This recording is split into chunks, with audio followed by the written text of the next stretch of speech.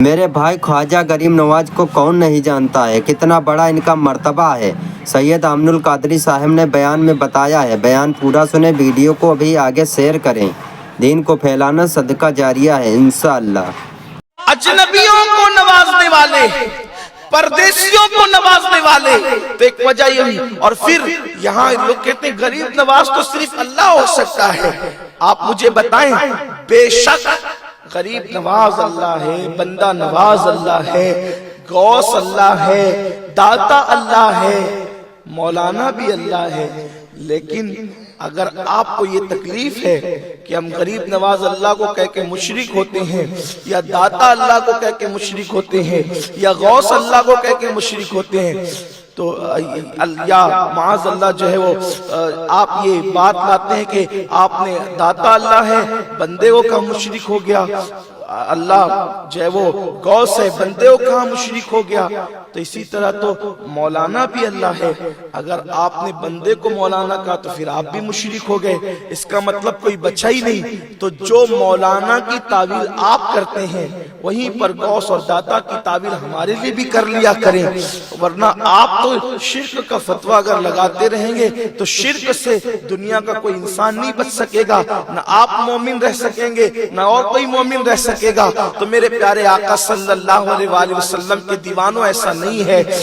غوث یعنی مددگار ذاتی طور پر اللہ ہی ہے، لیکن اللہ کی عطا سے مددگار ہمارے غوث اعظم بھی ہے، اور اللہ کی عطا سے غریب نواز ہمارے معین الدین اجمیری بھی ہے، اور بندہ نواز ہمارے سید محمد حسینی بھی ہے، اور جنہیں ہم بندہ نواز کے سودراز کہتے ہیں۔ تو لوگ اس طریقے کی باتیں الجھاتے ہیں۔ تو پہلی وجہ غریب نواز کہلانے کی یہ کہ آپ نے اجنبیوں کو نوازا، اور غریب کا مطلب اجنبی ہوتے ہیں۔ اب دوسری چیز آئیے، جو اصل غریب نوازی کی وجہ ہے وہ یہ ہے کہ غریب مطلب مفلسوں، غریب کا ایک مطلب ہوتا ہے مفلس، بے سہارا، بے مال اور لٹا پٹا، اور اس کا کوئی چارہ نہ ہو، بے چارہ۔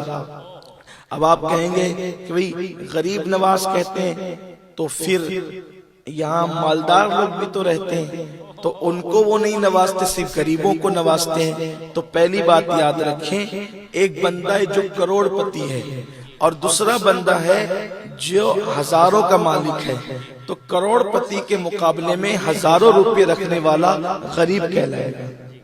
ٹھیک ہے، اتنی بات سمجھ گئے آپ نے؟ اور ہزار روپے جس کے پاس ہے، سینکڑوں رکھنے والا اس کے سامنے غریب کہلائے گا۔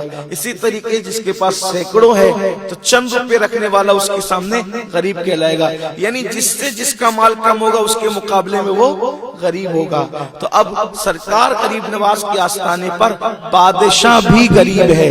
اس کی وجہ یہ ہے کہ غریب نواز خدا کے خزانوں کے مالک ہیں، اور تخت و تاج بادشاہوں کو انہی کے دروازے سے ملتا ہے، اس لیے ان کے دروازے پر سب غریب ہے۔ اب آپ کے بات سمجھ میں آئی؟